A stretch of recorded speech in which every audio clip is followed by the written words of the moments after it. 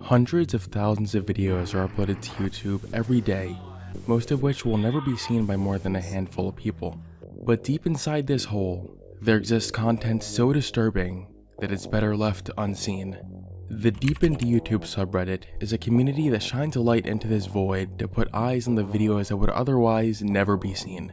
And sometimes what we see is much darker than you'd expect. This is exactly what happened in January of this year when a user in this community made a post linking to a disturbing video uploaded in 2007 with very little context.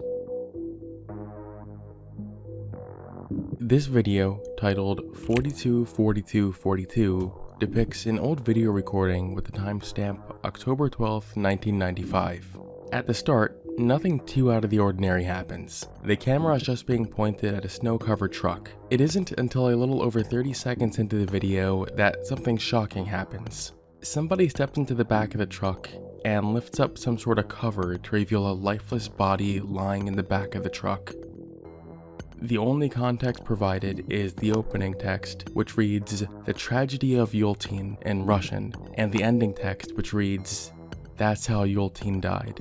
The description is similarly vague, just reading, "That's how it happens." The comments, as you'd expect, were initially filled with confusion. In one of the oldest comments on this video, someone asks the uploader for some more context. Keeping up this pattern of ambiguous responses, the uploader simply says, "It would take too long to go into detail." At first, it's tempting to assume this is some sort of ARG. After all, it has all the telltale signs. A grainy, ominous, contextless video, a mysterious, nonsensical title, and vague replies from the uploader.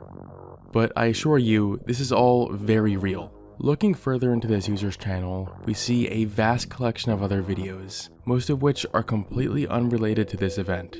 However, from all these videos, we can isolate a select few which appear to have footage taken from the same type of camera near the same date as the video we just watched. Together, these videos tell a disturbing story as they give us a first-person perspective of what occurred in one of Russia's most disturbing towns.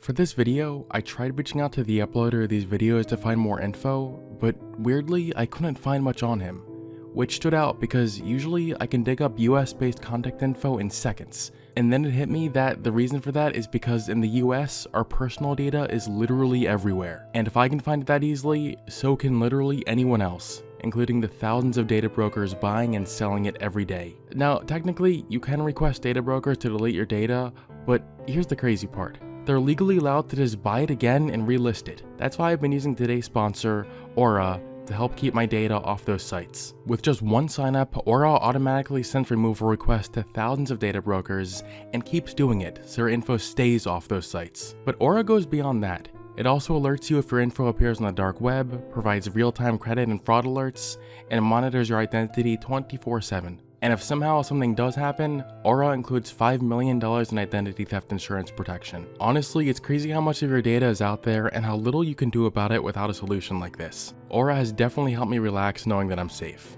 There's no reason to leave yourself vulnerable when Aura exists.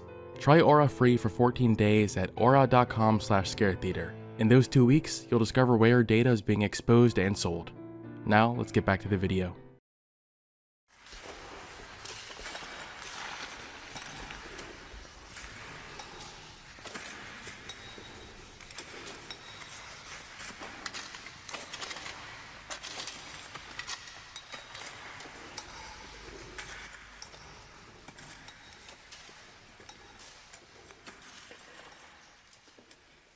In the mid-1900s, the Cold War between the US and the Soviet Union was at its peak. Tensions were high, and the USSR was really pushing their industrialization to compete with the West in any way possible. In the late 40s, the Soviet Union had a stroke of luck. A surplus of tin and tungsten deposits were found in a remote area in the far east region of Russia. This was an amazing opportunity to expand their industrial reach, so they immediately took advantage of this by turning the area into a mining town called ELPHNT. A lot of money and planning went into the project. The town was heavily subsidized by the state with infrastructure, housing, and worker services. It was expensive to maintain, but the resources from mining made it all worth it. From the 1960s to the early 80s, the town was running very well. It had a mining and processing plants, airport, hospital, schools, movie theater, and cultural centers. This wasn't just a work site. It was a real town where people grew up, went to school, and had families. However, there was one massive problem.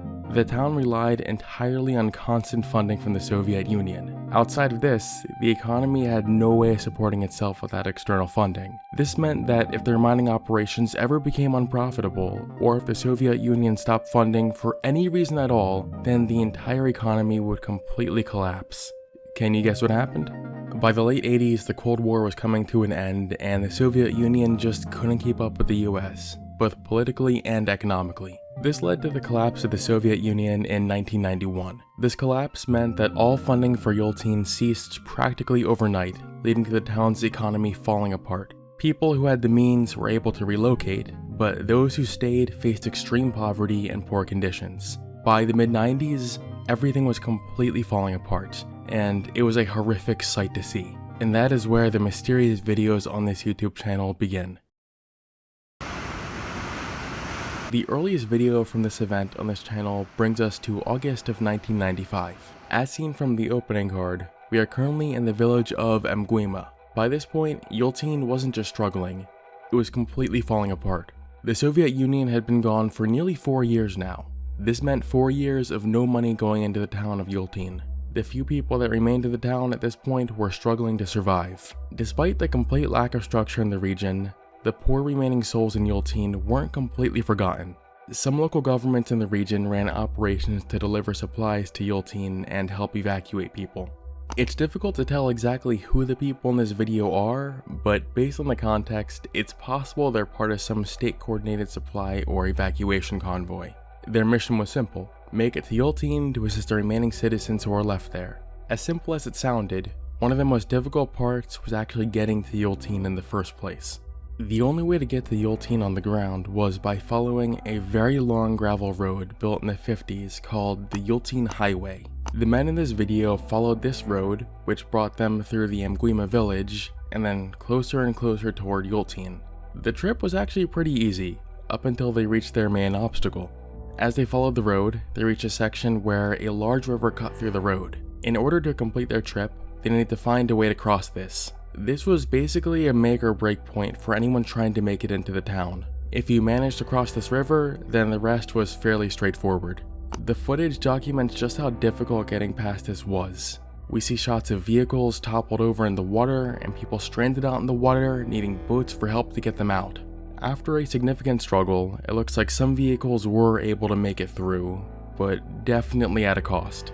The end card reads, "That's how our drivers got hurt," which implies these videos were actually taken by the uploader himself. There were several comments posted by the uploader which confirmed this too. This was not just some footage this person found and re-uploaded. He actually lived through this.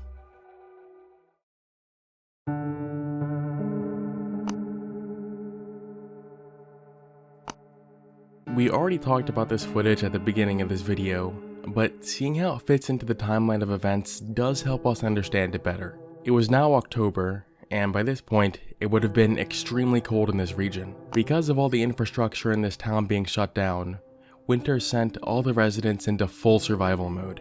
This shot is a very powerful presentation of just how severe things were in ELPHNT by this point. This wasn't just an economic collapse. People were dying. As for why the body's in the truck, it's not entirely clear, but one plausible reason is that it was loaded onto the truck for transport. All the community resources in the town shutting down meant that there were no longer any stable emergency services, hospitals, or even burial systems.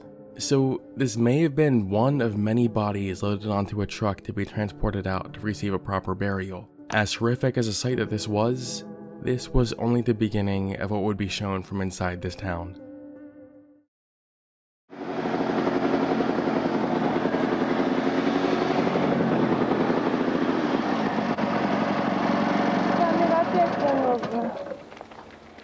By 1996, most of the people who once resided in ELPHNT were either dead or evacuated. The once populated apartment buildings in the town now only housed a small handful of people. On one freezing winter night in January, the few ELPHNT residents left lay shivering in their beds trying to make it through the night, when suddenly the silence was broken. A fire tore through one of the apartment buildings, jolting everyone awake. In a panic, they all scramble through the smoke and heat to escape into the brutal cold. This video captures the chaos of the burning building while we hear confused residents in the background talking about what is going to happen next, though no one really knows. So, how was this level of destruction even possible? Well, because all the town's infrastructure was long abandoned at this point, this meant that most of the central heating system stopped working. This made the already harsh winter excruciating for the people that remained. In a desperate attempt to stay warm, some residents needed to heat their homes with stoves and space heaters. The problem was that the electrical wiring in the building wasn't designed to handle this load, which led to the fire that we're seeing here. The footage ends with a haunting shot of the aftermath the next day. Charred debris, icy winds, no help coming. Things weren't just bad anymore, they were hopeless.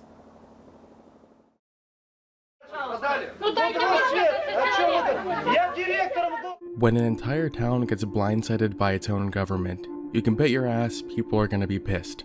That's what the final 3 videos documenting this event on this channel capture. By the time this footage started, ELPHNT had been going to shit for years, and people needed answers. These videos depict a town hall-like meeting with what seems to be some type of local officials or regional administrators speaking to the citizens. The description of the first video here suggests the names of these officials are Isakov and Fedorenko. The goal of these officials is to calm everyone down and explain what's going to happen from here, which is much easier said than done.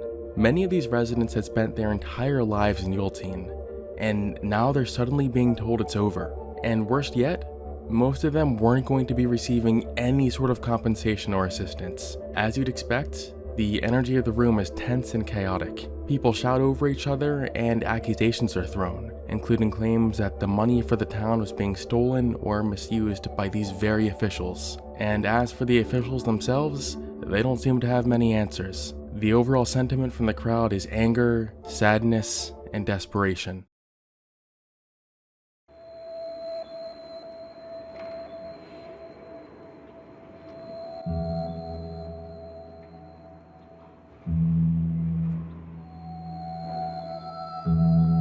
These were some of the final moments documented of the town of ELPHNT and its residents. Not long after this, the town's population rapidly dwindled down to 0. Some people were more resilient than others, toughing it out all alone here for much longer than you might expect. In the late 90s, the Russian government declared ELPHNT non-viable, and it was never seriously talked about again. Today, ELPHNT is completely abandoned, with only ruins remaining of a once bustling economy. The lifeless site is occasionally visited by urban explorers who have posted some beautiful photography of what remains.